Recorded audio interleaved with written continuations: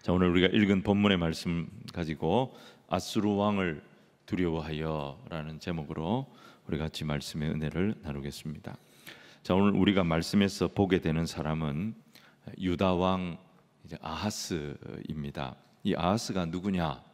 성전에 들어가서 자기 마음대로 분향을 하려고 했다가 하나님이 지셔서 나환자가 됐던 그 우시아의 손자입니다. 그리고 이 아하스는 예루살렘에 큰 부흥을 일으켰던 히스기야의 아버지이기도 합니다. 근데 이 아하스는 일생을 놓고 보면 이 하나님에 대한 반항심이 굉장히 컸던 것을 보게 됩니다. 아하스는 왕이 되자마자 아주 의도적으로 신앙을 버리고 세상을 향해 가버립니다.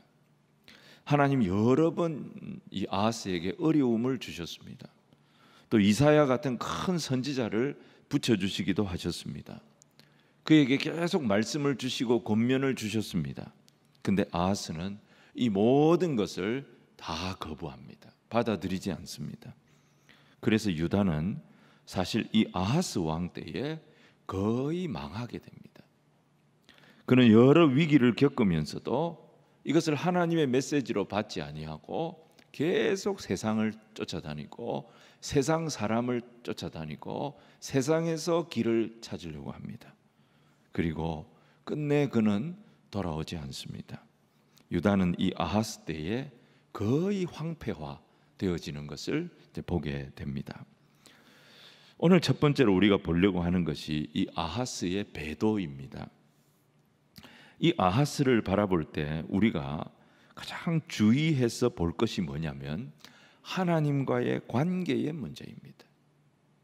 아하스가 하나님과 어떤 관계를 유지했는가, 그것을 살필 필요가 있습니다.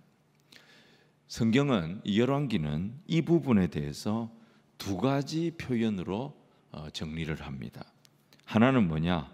오늘 본문 2절을 보면 그가 그의 조상 다윗과 같지 아니하였다, 이렇게 평가했습니다. 또 3절에는 뭐라고 되어 있냐면 이스라엘 여러 왕의 길로 행했다, 이렇게 성경이 그와 하나님과의 관계, 하나님과 아하스의 관계를 이렇게 설명합니다. 그는 여호와 앞에 신실했던 다윗의 길을 저버리고 하나님을 배반하고 새로운 종교를 만들어서 우상을 숭배하도록 온 이스라엘을 우상천지로 만들었던 북이스라엘의 그 왕들을 쫓아갔다는 것입니다. 여러분, 이스라엘의 여러 왕이 갔던 길, 이게 사실 여로보암의 길이지 않습니까? 이 길이 갖는 특징이 뭡니까? 왕이 최종 권위자가 되겠다는 것입니다. 내가 이 나라의 최종 권위자가 되어져서 정치뿐만 아니라 종교도 내 손으로 내가 알아서 하겠다는 것입니다. 이스라엘의 왕은 특별합니다. 왕은 물론 정치, 경제, 또 사회, 행정, 국방, 이 모든 것을 다 관장하는 권한을 가진 사람입니다. 하지만 이스라엘의 왕은 국가의 최종 권위자는 아닙니다. 최종 권위자는 누구냐? 바로 우리 하나님이십니다. 이 나라의 최종 권위자가 하나님이시다. 내가 정치도, 국방도, 경제도, 교육도 모든 권한을 내가 다 가지고 있지만 최종 권위자는 우리 하나님이시다. 이것을 인정하는 자리가 어디냐면 예배의 자리였던 것입니다. 제사의 자리, 성전 제사의 자리였던 것입니다. 하나님은 그래서 이 예배를 주관하는 일을 왕에게 맡기지 아니하셨습니다. 제사장들과 레위인들이 담당하도록 하셨습니다. 그래서 아무리 왕이라도 성전에 들어오면 제사장의 안내를 받아야 됐습니다. 제사장의 도움을 받아야 했습니다. 제사장을 통하여 하나님은 왕을 겸손하게 만드셨던 것입니다. 이걸 잘 인정하고 하나님의 뜻에 순종했던 사람이 다윗 왕이었습니다. 하나님은 이 솔로몬이 무너져서 북이스라엘을 이제 세우실 때, 여로보암을 왕으로 세우실 때 선지자 아히야를 보냈다 그랬습니다. 선지자 아히야를 보내서 이 하나님의 뜻을 여로보암에게 분명하게 전달하게 하셨습니다.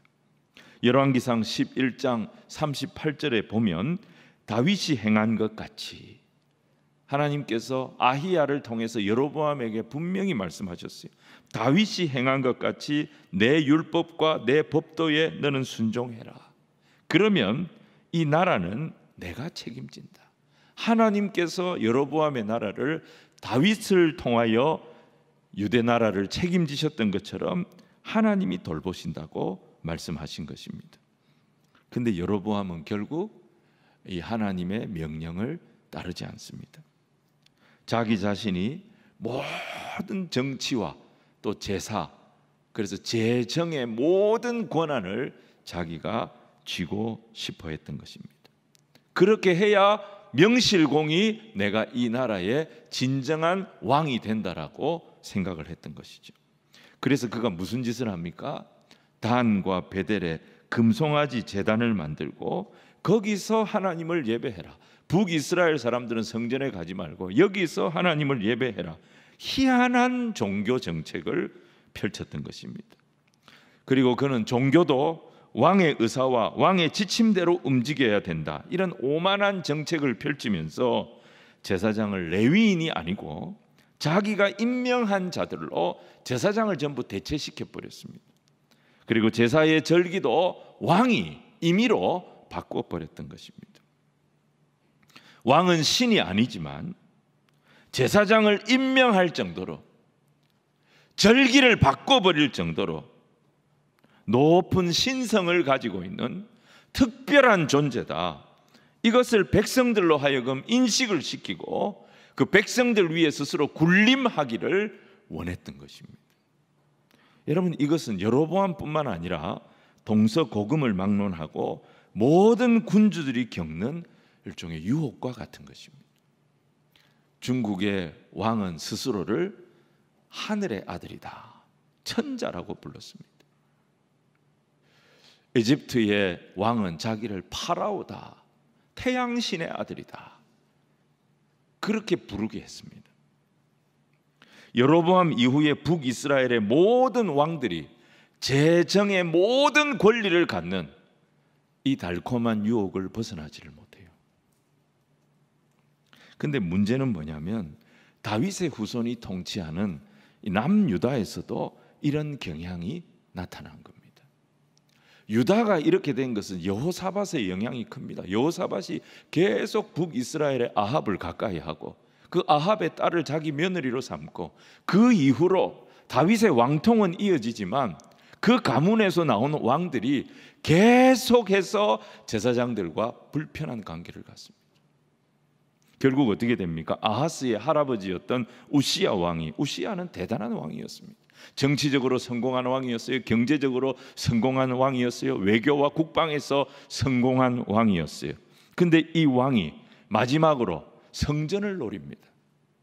성전에 들어가서 제사장들이 할 수 있는, 제사장만이 할 수 있는 성소에서 분향하는 일을 왜 제사장만 해야 되느냐? 나도 머리에 기름 부음 받은 왕이다. 그래서 자기가 하겠다고 고집을 부립니다. 제사장들이 막아서는데도 혈기를 부리면서 강행하다가 결국 우시야가 어떻게 됩니까? 나병에 걸려서 왕직이 마비돼 버립니다. 그 뒤를 이어서 왕이 된 자가 이 우시야의 아들이었던 요담이었습니다.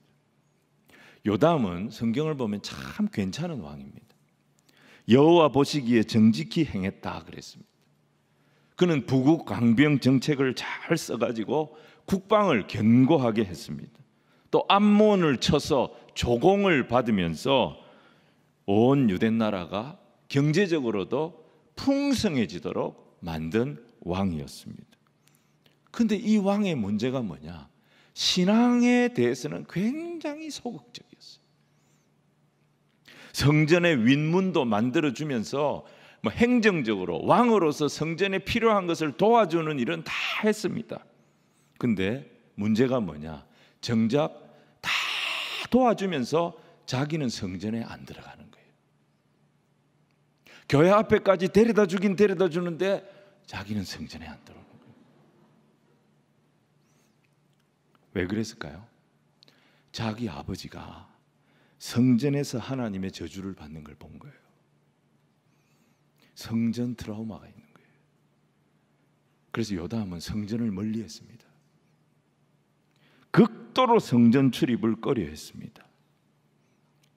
왕이 계속 성전과 거리를 두니까 백성들이 보고 배워요. 여러분, 가정에서 아버지가 예배를 쉽게 생각하고 예배를 그냥 쉽게 빠지고 예배 시간에 딴 거 하고, 그런데 자식들이 온전하게 자란다. 이건 기적입니다. 부모가 예배를 귀하게 여겨도 자식은 세상의 영향을 많이 받습니다. 그런데 부모가 예배마저 귀하게 여기지 않을 때 자녀가 경건한 예배자로 자라기를 어떻게 기대하겠어요? 왕이 개인적인 트라우마가 있었지만 성전을 멀리하니까 백성들이 그대로 보고 배웠던 것입니다. 자, 역대하 27장 2절 말씀을 우리 같이 한번 읽겠습니다. 시작. 요담이 그의 아버지 우시야의 모든 행위대로 여호와 보시기에 정직하게 행하였으나 여호와의 성전에는 들어가지 아니하였고 백성은 여전히 부패하였더라. 요담은 다른 건 다 잘했습니다. 그는 항상 나는 왕이니까 왕으로서 내 할 일만 잘하면 된다. 백성들의 신앙의 영역은 내 영역이 아니다. 자기 아버지 때문에 그가 이런 생각을 했던 것 같아요. 근데 잘못된 생각이었습니다. 백성들이 성전 예배를 무시하고 편하게 산당이나 찾아다니고 그렇게 하는 모습을 보면서 이 이스라엘의 왕은, 유다의 왕은 이런 모습에 대해서 깊은 책임감을 느껴야 됩니다. 왜냐? 유다의 왕은 하나님의 청지기이기 때문에 그렇습니다. 백성들이 바른 신앙생활을 할 수 있도록 계속 살펴야 되고, 백성들이 바른 신앙생활에서 떠나지 않도록 계속 권면을 해야 합니다. 그리고 자기가 그 경건의 본을 보여야 하는 것입니다. 그런데 요담은 성전을 자기 영역 밖으로 밀어내버렸어요. 왕이여, 왜 성전에 들어가시지 않습니까? 왕이 성전 예배의 본을 보여야 되지 않겠습니까? 그러면 뭐라고 얘기하느냐? 그래, 요담에 들어갈게. 그래, 요담이 된 거예요. 안 들어가는 거예요. 자꾸 미루는 거예요. 아하스가 바로 이런 할아버지와 이런 아버지를 바라보면서 하나님이 이해가 안 된다고 생각한 거예요. 아니, 우리 할아버지가 얼마나 훌륭한데 성전 분양 그거 한번 잘못했다고 그 무서운 병에 걸리게 해가지고 왕직에서 박탈시키나? 우리 아버지가 얼마나 신사 중에 신사고 우리 아버지가 얼마나 정직한 왕인데 저렇게 성전을 두려워하고 성전에 들어가기를 꺼려하고, 청소년기에 이런 모습을 보면서 하나님에 대한 분노가 생긴 거예요. 하나님에 대한 왜곡이 생긴 거예요. 그래서 그는 왕이 되자마자 기다렸다는 듯이 어떻게 합니까? 하나님께 반항하기 시작합니다. 유다의 왕이 이스라엘의 왕들이 갔던 길을 택해버립니다. 그는 할아버지 우시야처럼 종교도 왕의 지배를 받아야 된다 이렇게 생각했습니다. 그래서 어떻게 합니까? 우상들을 만들기 시작합니다. 역대하 28장 2절에 보면 이스라엘 왕들의 길로 행하여 바알들의 우상을 부어 만들고, 또 여기서 한술 더 뜹니다. 3절에 보면 또 흰놈의 아들 골짜기에서 분향하고 여호와께서 이스라엘 자손 앞에서 쫓아내신 이방 사람들의 가증한 일을 본받아 그의 자녀들을 불사르고 그랬습니다. 여러분, 흰놈의 아들 골짜기는 무슨 골짜기에 흰놈이 있고 까만 놈이 있고 그런 게 아닙니다. 이 흰놈은 절규라는 뜻입니다. 예루살렘 서남쪽에 보면 시온산이 있습니다. 그 시온산으로 가는 길에 큰 골짜기가 있는데 성에서 나오는 모든 쓰레기들, 그게 그쪽에 다 모여서 거기서 이제 태우는 곳입니다. 그 흰놈의 골짜기는 계속 연기가 피어오르고 악취가 나는 곳입니다. 이 흰놈의 골짜기라는 히브리 단어가 게힌놈입니다. 이게 신약의 헬라어로 음역이 되면서 게헨나가 지옥을 뜻합니다. 지옥이 어떤 곳이냐? 계속 연기가 피어오르고 절규가 있는 곳. 왜 절규가 있는 곳이냐?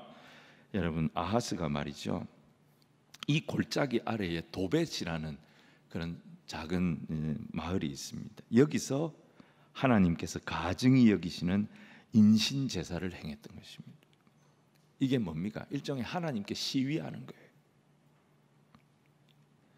아하스는 이런 식으로 하나님하고 사사건건 반항하고 사사건건 하나님과 충돌합니다. 그뿐 아니라 역대하 28장 25절 보면 그는 유다 곳곳에 산당을 세웁니다. 성전에는 안 들어가는 사람이 유다 곳곳에 산당에 분향하러 다닙니다. 다른 신들에게 분향하기 시작합니다. 그래서 여호와 하나님을 진노하게 만들었다 그랬어요. 하나님과 대결을 하는 거예요. 하나님이 이기나 내가 이기나 한번 해봅시다. 이렇게 극렬하게 하나님에 대하여 반항했던 인물이 아하스였습니다. 자, 오늘 두 번째, 이 아하스의 위선을 한번 보겠습니다. 왕이 이렇게 공개적으로 여호와 하나님을 대항했을 때 아하스는 생각했습니다. 나는 이제 하나님 눈치 안 본다. 나는 이제 하나님 간섭 안 듣는다. 나는 이제부터 너무 편하고 좋을 거다. 하나님 통제 안 받으니까 나는 유대 왕들 중에 나만큼 편한 사람 없을 거다. 근데 문제가 뭐냐?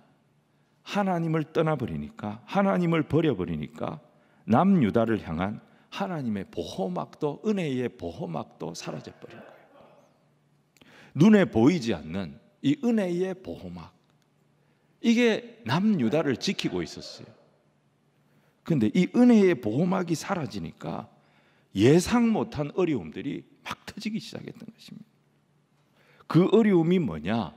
북이스라엘의 베가와 수리아, 이 아람 왕 르신이 합세를 해서 예루살렘을 멸망시키겠다고 쳐들어온 것입니다. 전쟁이 일어난 겁니다.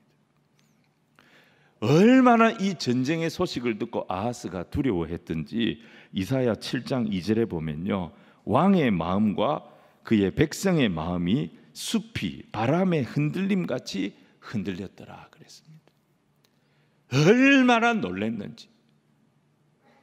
하나님 떠나서 자유로우면 자기 머리를 가지고 마음대로 통치할 수 있으니까 얼마든지 나라가 잘 될 거라고 생각했는데 왜 이런 어려움이 자꾸 생기지?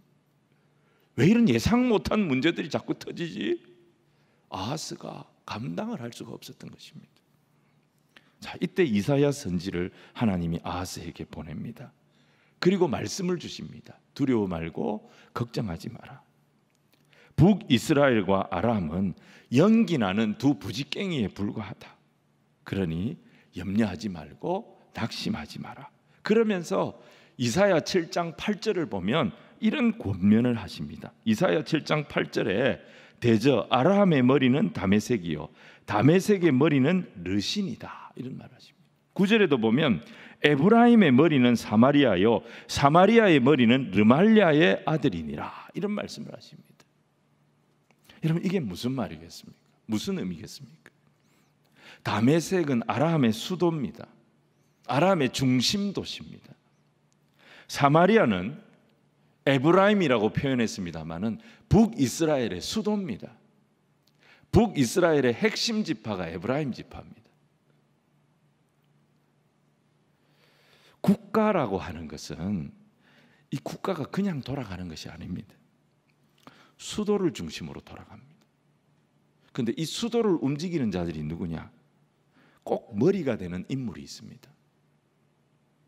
북이스라엘의 중심은 사마리아고 그 사마리아를 움직이는 사람이 베가, 북이스라엘의 왕이라는 것입니다. 아람의 중심은 다메섹이고 이 다메섹을 움직이는 자는 아람 왕이었던 르신이라는 것입니다. 이런 논리로 유다의 머리는 예루살렘이 되는 거고요. 예루살렘의 머리는 누구냐? 우리 주 여호와 하나님이시라는 겁니다. 르신과 베가가 아무리 강해 보여도 그들이 어떻게 주 여호와 하나님을 상대해서 이길 수 있겠느냐는 것입니다.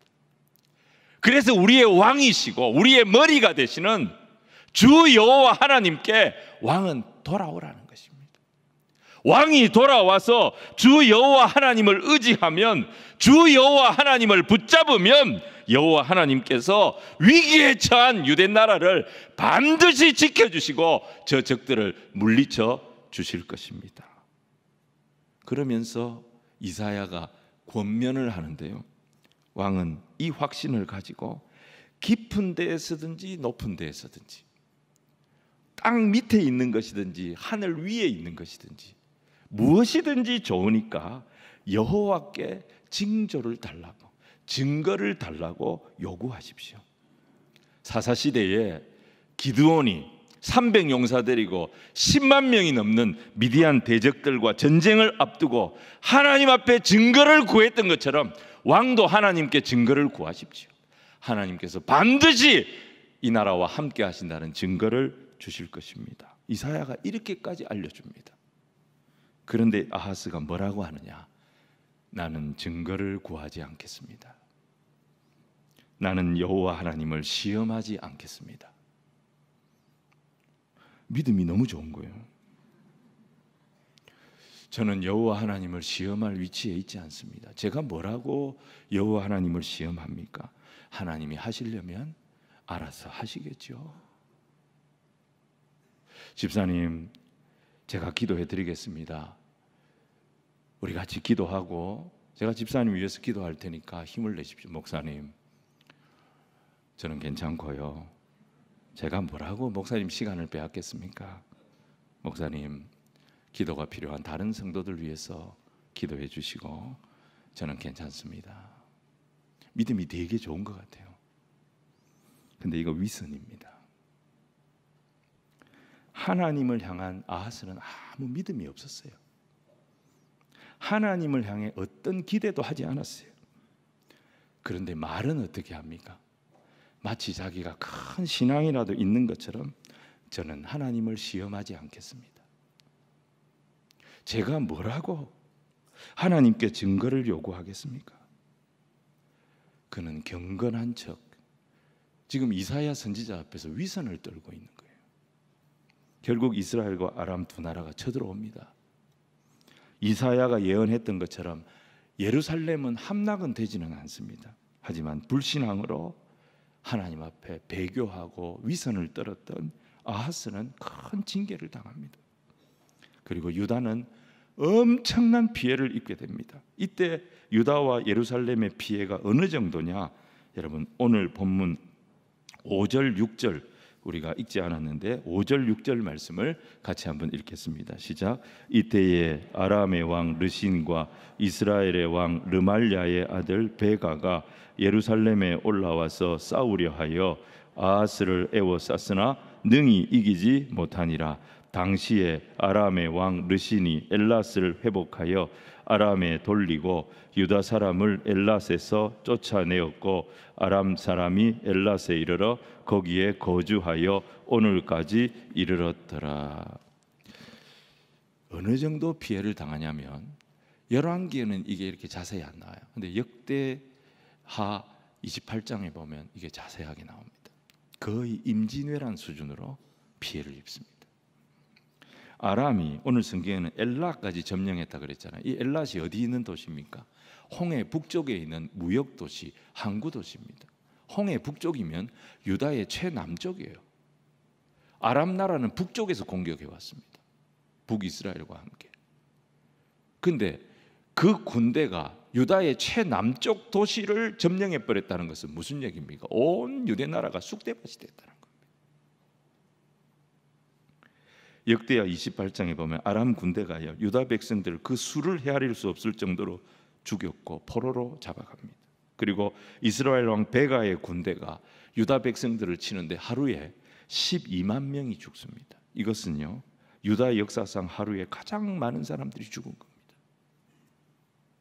그리고 20만 명이 포로로 사마리아로 끌려갑니다. 이게 나라가 거의 망한 게 아니면 뭡니까?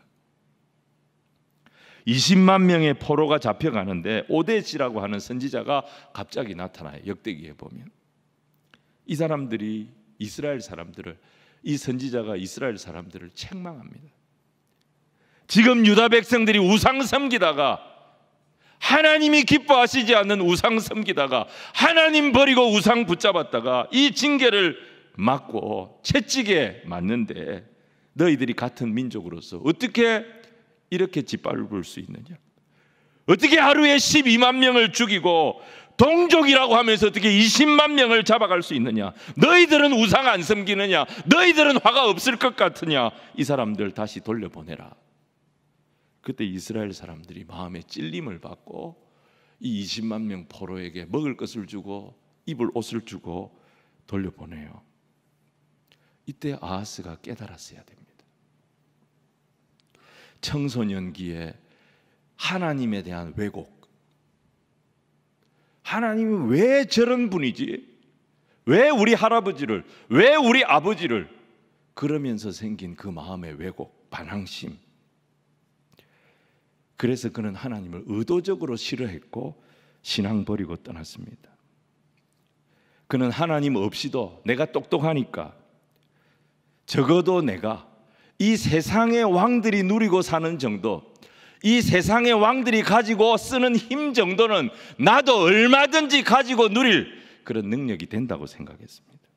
근데 자기가 전혀 예상 못한 일이 자기 나라에서 터져버렸어요. 헤아릴 수 없는 백성들이 죽어나가고 포로로 잡혀가는데 자기는 왕으로서 예루살렘에 갇혀가지고 아무것도 할 수 없는 그런 무능력한 왕의 모습을 자기에게서 보는 거예요. 근데 하나님의 선지자가 갑자기 나타나서 그 포로로 잡아가는 이스라엘 사람들에게, 이스라엘 사람들아, 너희가 어찌 여호와께 범죄하느냐? 동족으로서 어떻게 너희는 하나님 앞에 우상 숭배 안 하느냐? 너희는 하나님의 화를 면할 것 같으냐? 그렇게 따지고 하나님의 말씀으로 책망했을 때 포로 20만 명이 이 선지자의 말 한마디에 다 돌아온 거예요. 이걸 보고 아하스가 깨달았어야 했다는 겁니다. 이 무능한 왕이 백성들을 못 지키고 다 죽어나가도록 만들었는데 하나님의 선지자를 통해 하나님께서 말씀 한마디 주셨더니 그 하나님의 말씀이 죽어가는 내 백성들을 다시 살리는구나. 이걸 깨달았어야 했습니다. 하나님의 백성은 하나님 붙잡을 때 길이 열리는 줄로 믿으시기를 바랍니다. 아무리 고생이 되고 아무리 어려움이 있어도 주일마다 강단을 통하여 선포되는 하나님 말씀을 붙잡고 내 갈 길 멀고 험해도 나는 주님을 따라갑니다. 묵묵히 믿음으로 나아갈 때 내 인생은 길이 보이지 아니하고 내 인생은 속수무책 그런 인생처럼 보인다 할지라도 주의 말씀 의지하는 성도를 주께서 인도하여 주실 줄로 믿습니다. 20만 명이 붙들려가고요, 12만 명이 하루에 죽었다는 것은 엄청난 대가를 치른 겁니다. 근데 그 비싼 대가를 지불했다 할지라도 깨달으면 되는 겁니다. 성도들 중에 보면 여러 가지 고통을 당하면서 참 힘들게 버티고 나가는 분들이 있습니다. 근데 그 고통 당하면서 고통 중에 주님 만났어요. 그 어려움 중에 주님을 경험했어요. 그 어려움 속에서 주님을 알게 됩니다. 그리고 돌아오는 분들이 얼마나 많은지 모릅니다. 그래서 우리 하나님께는 늦은 게 없어요. 너무 늦었다가 없어요. 많은 어려움 속에 하나님을 늦게 만나고 돌아왔다 할지라도 바로 그때가 하나님의 때인 줄로 믿으시기를 바랍니다. 깨닫고 돌아오면 손해 많이 봤다 할지라도, 내가 많이 망가져 있다 할지라도 하나님 그 모든 것이 아깝지 않도록 내 영혼을 회복시켜 주시는 그런 은혜를 얼마든지 허락해 주시는 능력의 아버지 하나님이 저와 여러분의 구주가 되심을 믿으시기를 바랍니다. 지금 예루살렘은 머리끝부터 발끝까지 성한 구석이 없습니다. 백성들은 전부 공황 상태입니다. 아하스는 이사야를 통해서 하나님이 주셨던 그 말씀을 기억하고 이 위기 속에 하나님 앞에 돌아왔었어야 합니다. 그런데 아하스는요, 끝까지 하나님을 구하지 않아요. 왜 그랬을까요? 계산이 있었던 거예요. 자기 계산이 있었던 거예요. 그 계산이 뭐냐? 아수르 군대를 끌어들이는 것이었습니다. 여러분, 우리 오늘 7절 말씀 한번 16장 7절 말씀 같이 한번 읽겠습니다. 시작.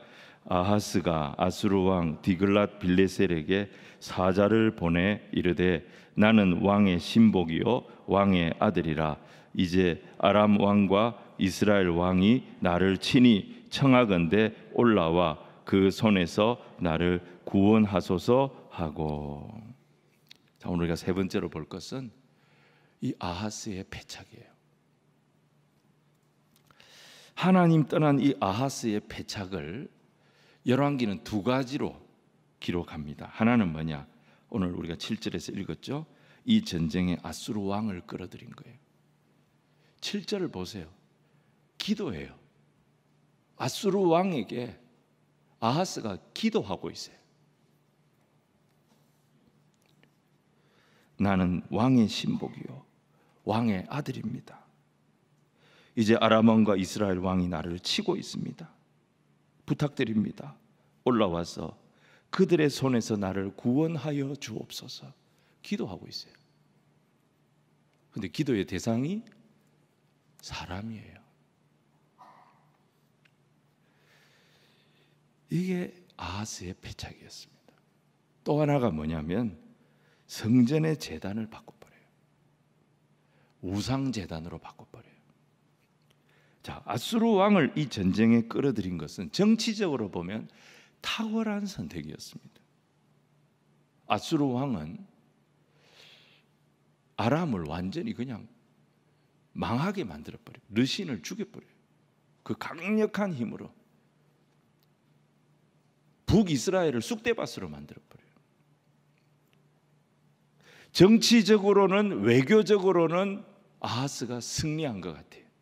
근데 이 방책은 신앙적으로는 완전히 망책이었습니다. 아수르 왕을 의지해서 일단 위기는 모면하게 됐습니다. 근데 위기를 모면하고 나니까 이 아하스가 더 대담한 짓을 합니다. 그게 뭐냐면 이 아수르 왕을 만나기 위해서 수리아의 수도, 아람의 수도인 다메섹을 갑니다. 다메섹에 갔다가 다메섹에서 뭘 보냐면은 우상의 멋진 제단을 봅니다. 너무너무 그 제단이 멋있는 거예요. 그래서 다메섹에서 편지를 보냅니다. 그림을 그려가지고, 그걸 그대로 그려가지고 자기는 다메섹에 있고 사람을 시켜서 예루살렘 성전 제사장들에게 그림을 그려서 보냅니다. 예루살렘 성전에 요거하고 똑같이 생긴 우상 제단 만들어라. 그리고 성전 제단 치워버리라. 사랑하는 여러분, 성전이 뭐 하는 곳이냐? 성전은 미술관이 아닙니다. 성전은 예배하는 곳이고, 예배는 죄를 씻는 데서부터 출발합니다. 그래서 제단이 어디에 있냐면 성전 입구에 있는 겁니다. 여기서 짐승의 피가 뿌려지고요, 여기서 그 제물이 태워지면서 백성들의 죄가 씻겨지는 거예요. 그래서 제단은 뭘 상징하냐면 예수 보혈, 예수 십자가를 상징하는 거예요. 죄인인 우리가 어떻게 하나님 앞에 나아갈 수 있습니까? 죄인인 우리가 어떻게 하나님 앞에 예배할 수 있습니까? 예배하기를 원하는 자는 그 사람이 왕이든 백성이든 그 사람이 누구든지 간에 예수 보혈을 붙잡아야 됩니다. 예수 십자가를 통과해야 합니다. 그래야 하나님 앞에 나갈 수 있습니다. 성전이 똑같습니다. 성전에 들어오려면 이 제단 앞에서 제물의 피로 내 죄가 씻겨지는 그 과정을 거쳐야 하는 것입니다. 근데 아하스는 이 제단을 치워버렸어요. 그게 무슨 의미입니까? 신앙에서 십자가를 치워버린 거예요. 예배에서 예수 그리스도의 보혈을 치워버린 거예요. 여러분, 교회가 얼마나 화려하냐, 교회가 얼마나 웅장하냐, 그게 중요한 것이 아닙니다. 십자가를 통과하고 있느냐, 예수 보혈을 통과하고 있느냐, 이게 중요한 것입니다. 아무리 화려하고 웅장해도 십자가가 없는 찬양, 십자가가 없는 말씀, 십자가가 없는 예배, 그게 무슨 의미가 있습니까?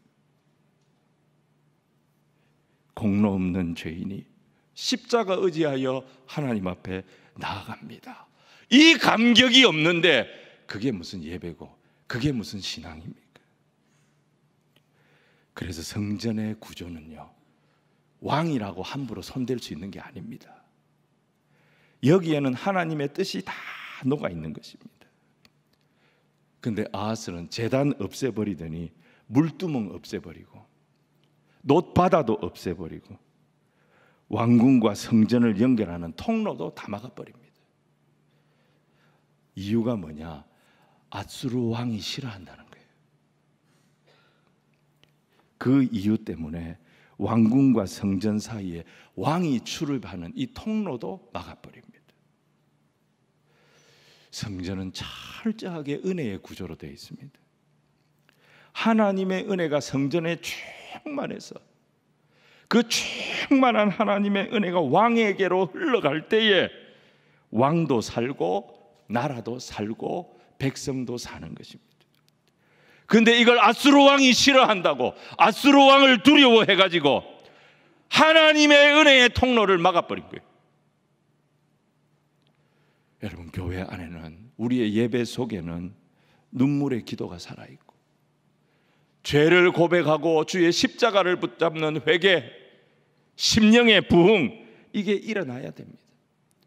이게 예배 때마다 일어날 때에 하나님은 우리가 처한 상황, 우리에게 허락되어진 이 나라도 어떤 어려움 속에 있다 할지라도 하나님이 지키시고 보호해 주시는 그런 은혜의 역사가 흘러가도록 인도하여 주시는 것입니다. 그런데 교회의 말씀이 사라지고 교회의 기도가 액세서리가 되고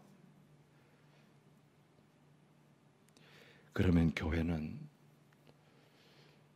이 세상에 쓸모없는 교회가 되는 것입니다. 성전은 화려해졌지만 십자가가 없어요. 은혜가 막혀버렸어요. 결국 유다와 예루살렘은 망하는 길로 가게 되어졌던 것입니다. 그 안에 누가 있습니까? 한 지도자의 하나님에 대한 반항심이 있었던 것입니다. 우리는 때때로 신앙생활 하면서 상처받을 때가 있습니다. 신앙생활 하면서 막 신앙의 회의가 올 때가 있습니다. 영적인 방황을 겪게 될 때도 있습니다. 근데 이게 우리가 영적으로 어떻게 보면 자라는 과정일 수도 있습니다. 근데 이게 너무 길면 안 됩니다.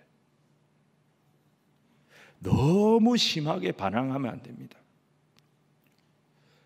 계속 기도해야 되고 여호와 앞으로 돌아와야 됩니다. 아하스는 12만 명이 하루에 죽임당했을 때 돌아왔었어야 됩니다. 20만 명이 포로로 끌려갔을 때 하나님 앞에 엎드렸어야 됩니다. 여호와 선지자의 말 한마디로 그 20만 명이 돌아오는 것을 보고 하나님 앞에 의뢰했었어야 합니다. 근데 아하스는 끝까지 자기 고집, 자기 생각대로 나갑니다. 아수르 왕을 하나님보다 더 두려워해서 엉뚱한 짓을 계속합니다. 믿었던 아수르가 도움이 되지 못합니다. 아수르는 예루살렘을 공격해버립니다.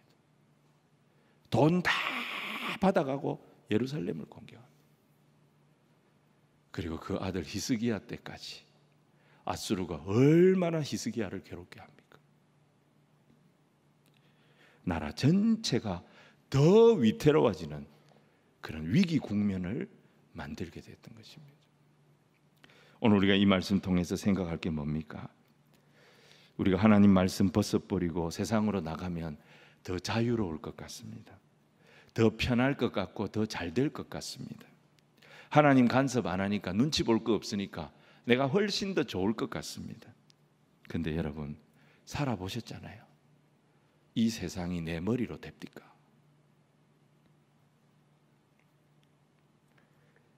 하나님의 도우심이 있어야 되는 거예요. 우리 가정에 하나님의 은혜가 있어야 되는 거예요. 우리 교회에 하나님의 도우심이 있어야 되는 거예요. 여러분 한두 번 기도 응답이 안 됐다고, 한두 번 어려움을 당했다고, 한두 번 실패했다고 여러분 그게 전부라고 생각하면 안 됩니다. 하나님이 우리를 버린 것도 아니고 하나님이 실패하고 하나님이 망한 것도 아닙니다.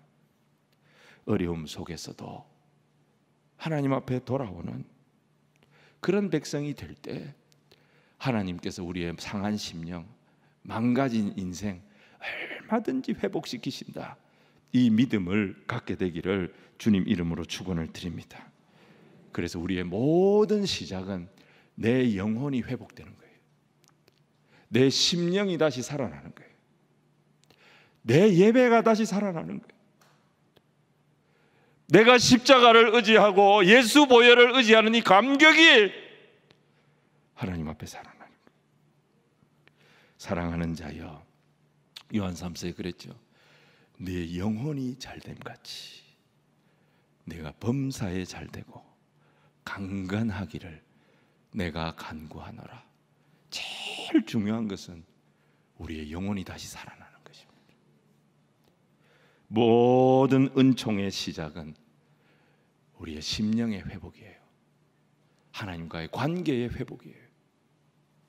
우리가 하나님 앞에 허세 부리지 말고 하나님 앞에 더 이상 반항하지 말고, 주님 제가 믿음이 없습니다. 주님 제가요 겉만 멀쩡하지 속은 상한 갈대입니다. 꺼져가기 직전의 심지와 같습니다. 제게는 소망이 없습니다. 제게는 능력이 없습니다. 주님 저를 도와주시옵소서. 내 연약함을 인정하고 하나님 앞에 겸손히 엎드려서 손을 주님 앞에 내미시기 바랍니다. 주님 손을 내미시기 바랍니다. 자존심 내려놓고 내 더러워진 손을 주님 앞에 내미시기 바랍니다. 반드시 하나님은 은혜로 우리의 빈손을 닦아주시고 채워주실 것입니다. 주의 은혜로 다시 채워지는 우리 모든 성도들이 다 되시기를 주님 이름으로 축원을 드립니다.